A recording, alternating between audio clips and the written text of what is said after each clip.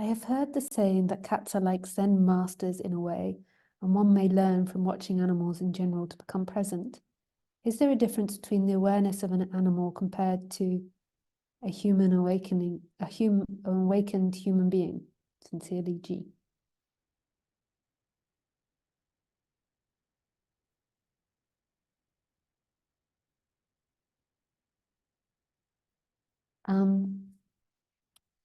Yeah, the difference is that animals don't identify. So an awakening being has identified and then gone back to being unidentified with a character and complex thinking. So an animal doesn't have a character as such, what we call a character, or an ego, Ramesh and Roger would say. So if we take Khaleesi, my dog, for example, she has a character that we can see. So I can label her character. She's spicy, she's confident, she's determined, she's sassy, she's possessive. So I can label these things, and to humans, this makes a character in our brain. And then you can watch her, and then there can be a determination of a character to you. And then it gives a you and I reference point. So we've got a reference point for Khaleesi and then a reference point for me. And that's not unenlightened as such. The unenlightened part, or the suffering part, is the identification with the me. But we have this ability to see apparent time. We've made up time, so then we can kind of see characters in time. Whereas Khaleesi cannot see a character of Lisa. She doesn't have this complex experience of me. So she comes to rely on a predictable pattern of Lisa. Like, so she learns a predictable pattern, but it's not made into a character. In every moment, who I am to her is innocence, is no thing.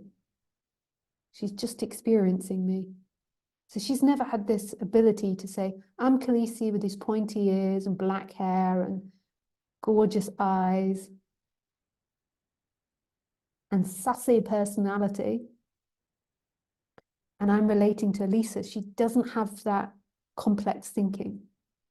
She doesn't know when she looks down at her paw that that's her paw and that she is something inside a body experiencing that paw. She doesn't have that sense.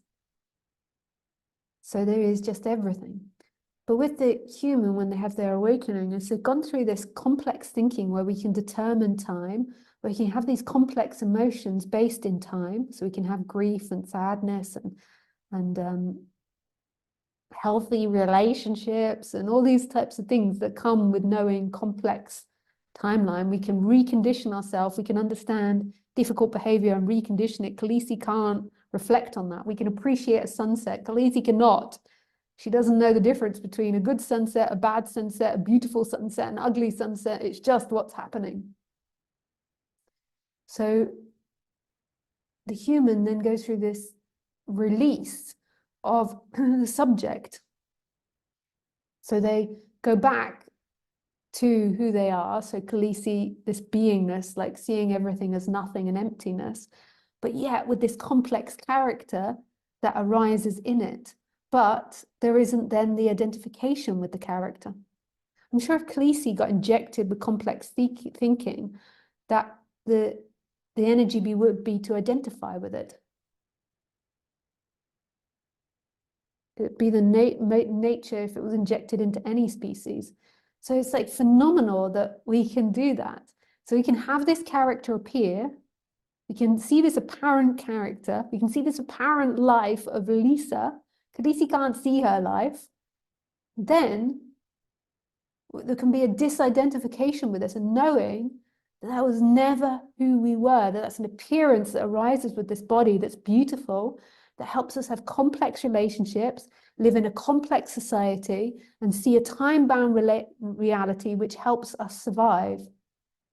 And have like mobile phones and computers and indoor plants and gardens and houses, all these really complex things.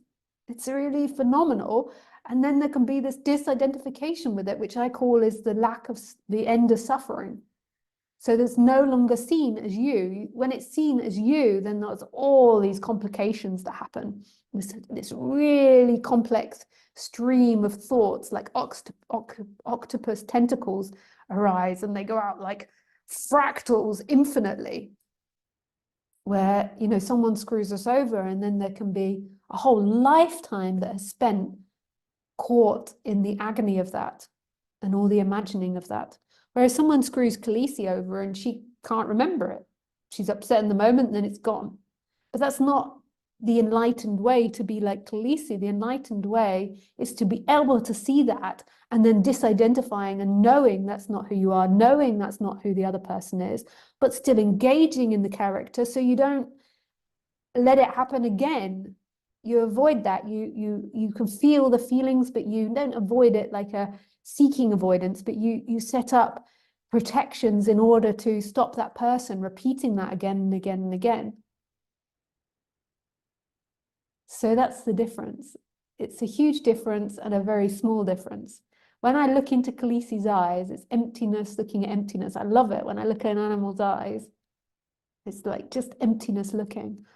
But when a human awakes, it's a phenomenal awakening, because to come out of that hallucination of you as a character being an experiencer is magnanimous.